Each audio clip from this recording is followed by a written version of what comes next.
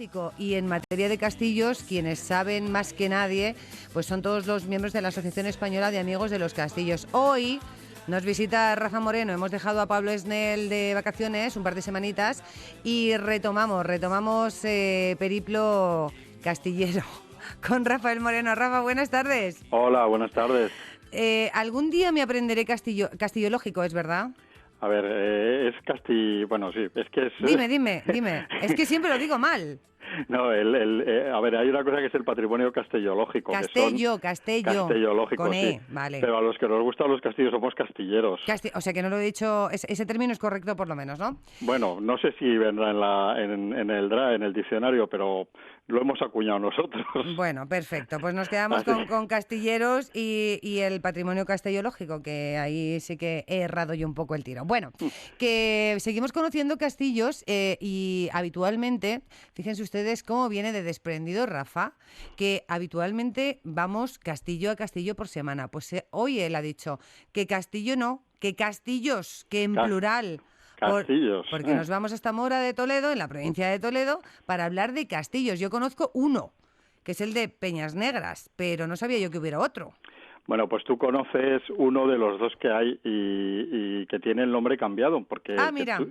El que tú llamas de Peñas Negras realmente no es el de Peñas Negras, es lo que las crónicas llaman el Castillo de Mora o Mora la Vieja. Ajá. Y el Castillo de Peñas Negras es otro que hay un poco más arriba, en una cresta rocosa que hay por encima del castillo, que veremos ahora su historia y su origen. Uh-huh. Es lo que se llama un padrastro, un castillo padrastro, un cerro, un castillo que se construyó en un lugar dominante para controlar el castillo más antiguo, digamos, ¿no? Entonces, bueno, un poco más adelante lo vemos. El castillo de Peña Negra, el de verdad, el bueno, es el padrastro, es el castillo más tardío, digamos. El bueno. Bueno. Lo que pasa es que pues ahora se llama Peña Negra realmente al castillo de abajo, al grande, al que todos conocemos, digamos, ¿no? Entonces tú subes allá ahora de paseo y vas a visitar los restos y hay carteles por todos lados que te indican que es el castillo de Peña Negra, pero las crónicas distinguen muy bien entre los dos y dejan muy claro cuál es uno y cuál es el otro. Pues fíjate, segunda incorrección que creo que he cometido, y es que estás citándolo todo el rato como Peña Negra, y yo utilizo el plural, Peñas Negras. Sí, lo llaman en singular también, Castillo de Peña Negra. Peña Negra. Sí, luego también ellos mismos para obtener información de estos dos castillos es imprescindible la crónica de Alfonso VII. Ajá. Y entonces ahí lo llaman de Peña Negra, y luego también para diferenciarlo también lo llaman de Peña Cristiana, y al castillo de Mora Vieja, que es el castillo musulmán, digamos, el grande, el que todos conocemos, sí, lo llaman el castillo de Peñamora también, para diferenciar uno de otro. Uh-huh.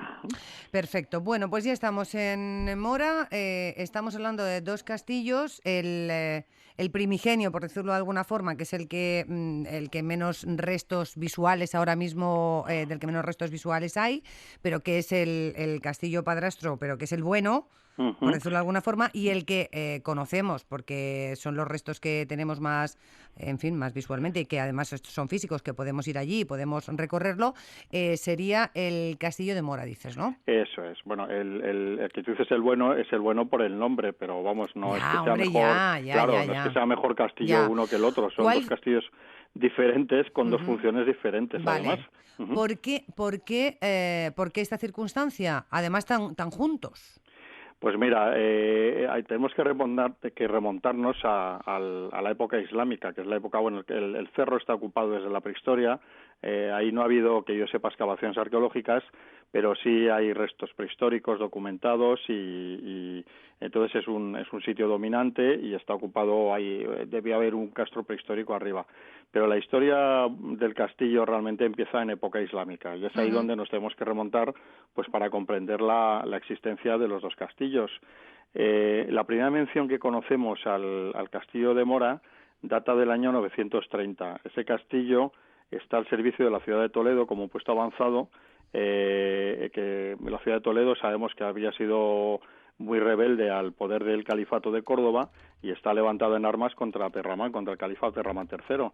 Entonces el califa, en una de las expediciones de castigo que manda, toma el castillo de Mora, que, como digo, estaba a manos de los toledanos. Eso fue en el año 930 y es la primera mención que conocemos del castillo. En la crónica de Mijayán, un cronista árabe, dicen que es un refugio de prevaricadores el castillo en esa época, ¿no?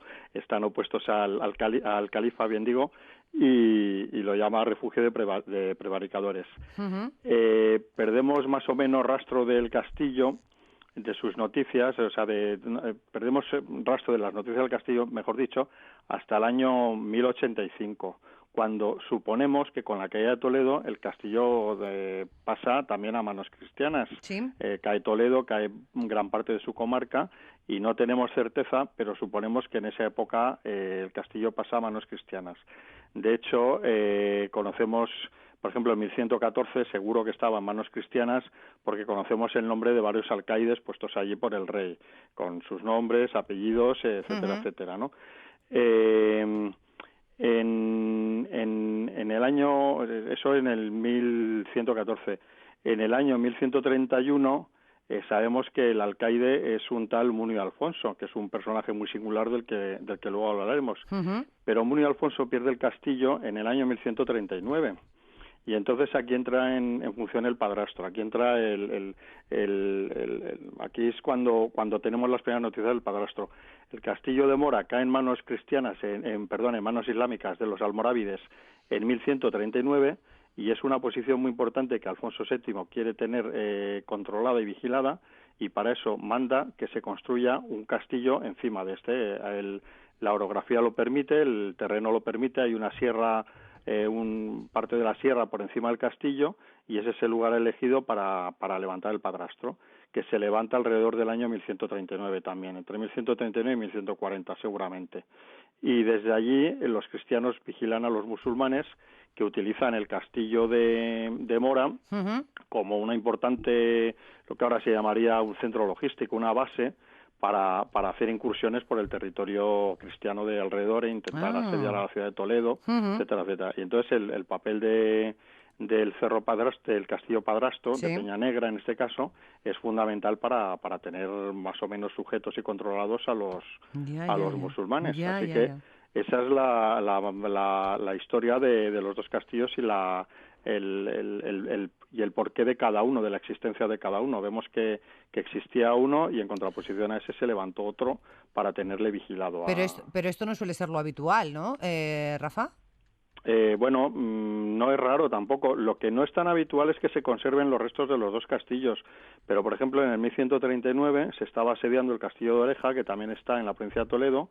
Lo estaban asediando los cristianos y construyen un padrastro también para asediarlo. Lo que pasa es que en este caso el padrastro era de madera y los musulmanes consiguen incendiarlo y consiguen destruirlo. Pero en casos de padrastros documentados hay muchos. Lo que no es tan habitual es que se conserven los restos, porque los padrastros solían ser fortificaciones mucho más como de campaña, digamos, ¿no? Mucho más endebles, mucho más sobre el campo, no tan sólidas, pero en este caso se construye un auténtico castillo, vamos. Pero escúchame, y era rentable, es que estoy pensando en lo que significa... ya dependiendo de la fortaleza, de la construcción, pero mayor o menos fortaleza, pero el coste económico y a todos los niveles y esfuerzo humano y que suponía edificar un segundo castillo teniendo el otro ahí. No se podía haber hecho, pues un multifuncional. Pero claro, un castillo en la abajo, digamos, estaba en poder de los almorávides, de los musulmanes. Y claro, y eso no podía consentirlo el rey cristiano. Y entonces él construye su castillo un poco más arriba, pero no es solo el coste económico de construir un castillo, es mantener una guarnición en estado de guerra todo el rato allí, porque esos soldados que estaban allí estaban vigilando y peleando contra los moros, con el número, pues todo lo que eso conlleva, ¿no? De provisiones, abastecimiento, armamento, etcétera, etcétera. ¿Era rentable? Pues supongo que lo sería cuando el rey tenía tanto empeño en no perder la posición, claro. Claro, porque también desde ahí se veía directamente amenazada la ciudad de Toledo, y la ciudad de Toledo es una ciudad muy importante, claro, que el rey no quería bajo ningún concepto que cayera en manos musulmanas otra vez. Ujú. Bueno, estamos hablando, por tanto, de castillos de tipología medieval o qué tipología tienen estos castillos. Sí, sí, sí, son de tipología medieval. El castillo de abajo, lo que vamos a llamar nosotros el castillo de Mora Secas, Sí, el grande, el que todos conocemos, sí. ese castillo es de origen musulmán, pero la fábrica que se conserva actualmente es casi toda cristiana. Quedan restos musulmanes en las torres del Albacar, Ujú, está estudiado y bueno, pues hay en algunas bases de las torres y algunos restos de muros de origen islámico, además de origen islámico antiguo, seguramente del siglo X. Pero el castillo de Peñas Negras, de Peña Negra, mejor dicho, es un castillo totalmente cristiano, sin ningún antecedente musulmán ni nada, es una ujú, fundación de nueva planta. Y de ujú. ese castillo quedan restos en la sierra que hay encima. Además son restos de muy difícil acceso aún hoy, o sea, tienes que trepar, tienes que echar las manos en algunos puntos para ayudarte, pues, Escalada, vamos, casi. sí, es trepada más que escalada, sí, Sí. sí, sí, sí. Y bueno, ahí se conservan restos de una torre y de varios muros y de otras estructuras, pues además se ven bastante sólidas y bastante Ujú. potentes, ¿eh? O sea, debía ser un castillo de un tamaño no grande, pero quizá medio, pero de una fortaleza considerable, vamos. Ujú. Mm. Bueno, en una de las tres fotos que ponéis hoy en vuestro perfil, en la página de Facebook de la Asociación Española de Amigos de los Castillos, se intuye, en la tercera, bueno, se intuye, son andamios. Cuando yo estuve allí, ya nos hablaban hace tiempo, ya nos hablaban de la intención que se tenía, pues que era una pena jolín, estamos hablando del Castillo de Mora, a secas, Sí, como tú dices, que es el de abajo, sí, que era una pena, que hombre, que ya se había dejado perder mucho, pero que querían en el pueblo, incluso hay una asociación que se llama Castillo de Peñas Negras, no sé si todavía seguirá existiendo, bueno, pues que querían luchar un poco por ver florecer ese castillo. Me consta que unos años más tarde, a través de la Dirección General de Patrimonio, de la Consejería de Cultura, se empezaron esos trabajos, pero hoy en día no sé no sé cómo estará, no sé si tienes tú alguna noticia. bueno, pues mira, yo estuve allí hace unos días, porque hacía tiempo además que Ah, no pues iba. entonces sí, claro. A Noticias mí es un frescas. castillo que me gusta mucho, el de Mora es un castillo, es uno de mis castillos favoritos, vamos, es un sitio con una fuerza y, bueno, una cosa bastante interesante. Y Ujú, el castillo la torre del homenaje está ceñida con andamios, está cerrada con andamios, ujú, y todo el interior está apuntalado. Las obras ahora mismo están paradas, yo diría que abandonadas directamente, ujú. y no sé el motivo, pero vamos, todos lo podemos intuir, Claro, es por ujú. la crisis. Claro, Y falta de recursos, ¿no? claro, yo sé Económicos. que el ayuntamiento hizo una escuela taller Ujú, y poco a poco lo iba restaurando, pues con los alumnos de la escuela. Además estaban haciendo una buena labor, ¿eh? Lo que hay, yo creo que está bien hecho. A mí particularmente me gustó, ujú. parece que es respetuoso bueno, me parece que es un trabajo bastante bien hecho. Pero claro, se deben haber quedado sin dinero y Ya. aquello está paradísimo. Está muy feo el castillo, pues con todos los restos de la obra, con el andamio, con las Sí, grúas y tal, pero es que el andamio, si lo quitaran ahora mismo, yo creo que claro, la torre se vendría abajo. O sea, claro. el andamio lo que está haciendo es sujetar la torre. No, y sobre todo que también de alguna forma, bueno, pues ya que está puesto el andamio y grúa y tal, está todo como más preparadito, ¿no? Para que en cualquier momento se puedan reanudar esos trabajos, que es una pena. Claro, lo que pasa es que yo no sé, con tanto tiempo parado, si Ya, ahora no habrá que renovar todo ese tipo de estructuras. Es que ya, yo de esto no no entiendo y no lo entiendes. sé, Ujú, pero quizá, claro, no sé, una grúa parada hay años y unos ya, andamios, pues quizá haya que reforzarlos o volver a ya, montarlos ujú, o no sé. ya. Entonces el problema es ese, está muy feote, pero la verdad que yo creo que ahora mismo sería impensable. Me da la sensación que no se puede quitar el andamio, porque por lo menos las bóvedas de interior es muy posible que se vengan Ujú. abajo. Hay que tener mucho cuidado, por tanto, cuando se visite, porque el castillo es visitable, ¿no? El castillo es visitable, el acceso es libre y, bueno, hay carteles que prohíbe el paso por todos lados, pero nadie te prohíbe el paso y entonces, bueno, depende ya de la prudencia de cada uno, ¿no? Pero vamos, yo sí que diría, por ejemplo, que no se entre en la torre, que se tenga cuidado con un usillo de una escalera de caracol que hay, que está tapado, pero no tiene peldaños y es una caída importante. Señores, En fin. esto sí que es una visita guiada, vamos, virtual, pero con todo detalle, vamos. Sí, no, visitar no sino cualquier castillo tiene un componente de riesgo, según el castillo más alto o más bajo, pero hay que andar con cuidado en estos sitios. O sea, a fin de cuentas son ruinas, claro. y bueno, en cualquier momento pues se puede venir algo abajo, o nos podemos caer nosotros algún agujero que no hayamos visto, o algo de eso. Perfecto, creo que hay una leyenda por ahí, y cuando se habla de leyenda, pues claro, en principio es ficción, pero hay muchas leyendas que están basadas en... Sí, pero yo más que la leyenda os quería hablar un poco, Dime. porque me parece muy interesante, de un Sí. personaje muy vinculado al ¿Quién es? castillo. Ah, bueno, nos decías el alcalde peculiar ¿no? Munio Sí, Alfonso. Munio Alfonso, sí, es un personaje muy vinculado al castillo y una historia, una lucha personal entre dos caudillos muy interesante. Ay, a ¿no? ver, cuenta, venga. Pues estuvieron enfrentados Farax, que era un musulmán caudillo del castillo de Calatrava, contra Munio Alfonso, que es el caudillo alcaide del castillo de Mora, ¿no? Estos dos, pues, debían tener una relación pues bastante tormentosa, evidentemente, porque eran enemigos, ¿no? Quiere decir que Munio Alfonso iba a Calatrava y asolaba las tierras, y Farax iba a Mora y asolaba las tierras, Lo y mismo. así, ¿no? Se pagaban con la misma moneda, vaya. Exactamente. Entonces es la lucha personal entre estos dos caudillos. Munio Alfonso, las primeras noticias que tenemos de él son de 1131, cuando es alcaide del castillo, y cae prisionero en una emboscada, cae prisionero, y le cogen los musulmanes y le llevan a Córdoba. Y allí padece cautiverio y es capaz de pagarse un rescate y lo dejan en libertad. Vuelve a Mora, que es su feudo, su castillo, pero en 1139 lo pierde. No conocemos las circunstancias, pero la crónica de Alfonso VII deja muy claro que es por negligencia, porque parece que no tiene bien vigilado el castillo ante una posible incursión musulmana, que parece ser, todo indica que viene de parte de su oponente Farax, que es el que le quita el castillo con su ejército. Entonces, esto debe ser un ultraje grave para Munio Alfonso, que no se atreve a presentarse ante el rey, y a partir de entonces hace la guerra por su cuenta, una guerra muy medieval, una guerra muy de frontera, que es lo que se llamaban las cabalgadas, que bueno, eso si quieres podemos hablar un día porque es muy interesante. Perfecto. También. Él recluta un pequeño ejército, y con ese ejército se adentra en tierra enemiga, destruyendo, saqueando, matando y haciendo todo tipo de males, digamos, ¿no? De hacer la guerra por su cuenta. Sí. Pero este hombre debe ser un hombre valiente y arrojado, y enseguida cogen fama sus hazañas, ¿no?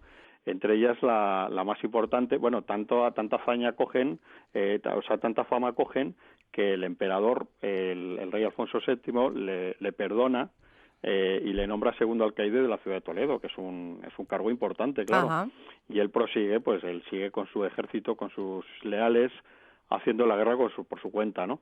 Entonces, por ejemplo, en marzo de 1143, por la zona de Montiel, él llega hasta Córdoba, parece ser, y en su retirada le persiguen los musulmanes, y por la zona de Montiel les prepara una emboscada con un ejército muy pequeño el suyo y un ejército muy numeroso los musulmanes, y allí mata a dos reyes de los musulmanes, a Azuel y a Benceta, los que son los gobernadores, uno de Córdoba y otro de Sevilla. Bueno, no se andaba con tonterías. No, él no se anda con tonterías. Además, la crónica lo cuenta todo muy bien, ¿no? Él luego, te cuenta pues los pormenores de la batalla, te cuenta que le corta la cabeza a los reyes y a todos los caballeros que iba con ellos. Mira. Y ponen las cabezas en sus picas y llegan a Toledo con las picas con las cabezas de los enemigos. Ya. Y se las dedican en la catedral pues a la reina, etcétera, etcétera, ¿no? El hombre este es un personaje, pues, que yo pienso que parece de ficción, pero es un personaje... Es un personaje real que existió y... Sí, un personaje real, vamos, que no sé, un hombre, una leyenda de estas. Y como tú dices, muy vinculado al tema que nos ocupa hoy, a los castillos de Mora, claro. Claro. Entonces, luego ya por fin, después de muchos avatares, el 1 de agosto de 1143, Alfonso VII se va a hacer la guerra hacia Córdoba, pero deja a Munio Alfonso y a otro caudillo que es el alcaide de Ita en Guadalajara, les deja encargados de vigilar el castillo de Mora y el castillo de Peñanegra. Les deja al mando del padrastro, y de vigilar el castillo de Mora, porque él teme que los musulmanes en su ausencia pues intenten tomar también el castillo de Peñanegra, y efectivamente sucede eso, ¿no? Entonces los cristianos bajan al llano, hay una batalla allí campal, la situación se pone muy fea, Ujú. y entonces pues Munio Alfonso manda al gobernador de Ita que vaya a Peñanegra para que custodie el castillo y lo defienda desde allí si es necesario, Sí. y él se queda peleando con Farax en el llano. Y al final, bueno, pues como en las películas casi del Séptimo de Caballería, van diezmando a los hombres, etcétera, etcétera, y al final ya rodeado, pues él y un Sí, grupo sí. ya de leales, los últimos allí, Mm. pues mueren asaeteados, ¿no? Les tiran flechas, les matan, Ujú. y al final pues se erige vencedor Farax, ¿no? Ujú. Luego nos cuentan las crónicas muy bien, pues que el cuerpo de Munio Alfonso es descuartizado, por un lado le cortan la cabeza, por otro lado le Ujú. cortan el brazo y el hombro derecho, las manos, los pies también, y entonces la cabeza se la llevan a las viudas de los reyes que la había matado, Mira. y se la llevan al califa también, pues para pues, un trozo de guerra. Bueno, Y los hoy... y Perdón, los perdón. demás miembros los cuelgan de las murallas de Calatrava. Ujú. Es una historia muy pues muy de la época, Pues claro. eso te iba a decir, precisamente a eso iba, que hoy nos pueden parecer absolutas y auténticas salvajadas, pero siempre lo decimos, tanto en esta sección como en la sección de historia en la que nos acompaña Alejandro Torres los jueves, que contamos historia, pero contextualizando la historia. O sea, no se puede pretender entender lo que se hacía hace 5, 6, 7 siglos con la mente de ahora, porque no llegamos nunca a ninguna conclusión buena. No se puede, desde luego. Bueno, Hay que perfecto. recrearse con las hazañas de De- estos personajes. Desde luego que sí. Oye, no tenemos tiempo ya para contar la leyenda del milagro del pastor. ¿La contamos la semana que viene? ¿Te parece? Es muy breve, vale, si quieres la contamos ¿Medio minuto? medio minuto, nada. Venga, medio En el minuto. foso del castillo hay un manantial, y entonces cuenta la leyenda que un día estaba un pastor dando de beber a su ganado allí, Sí. y entonces oyó un desprendimiento muy grande. No sé si las circunstancias, creo que había una tormenta, y entonces él vio que se le venía encima una piedra gigantesca y se encomendó allí pues a la Virgen. Y esa piedra quedó milagrosamente encajada sobre su cabeza sin que les pasara nada a nadie. Y Ah. esa piedra continúa allí hoy. Cuando uno entra al foso del castillo, pues puede ver esa piedra ahí encajada, y bueno, pues se recuerda siempre a la leyenda esa del pastor. Ujú, Así que es muy breve, y ahí está el testimonio de la leyenda. ujú. Ah, y se encomendó a la Virgen. Te lo Se digo encomendó porque, a te la lo digo Virgen, sí. porque en Mora es el Santísimo Cristo de la Veracruz, Pues sí, yo creo que fue a la Virgen a la que se Ujú. encomendó. En la Le- semana que viene les preguntaremos os lo a preciso bien, a sí. los morachos, Sí, efectivamente. sí. Rafa, mil gracias por acercarnos hoy no a un castillo, sino a dos en Mora de Toledo. Que tengas buena semana y hasta el martes próximo. Hasta el martes próximo, que Un os vaya muy beso. bien. Adiós. Adiós.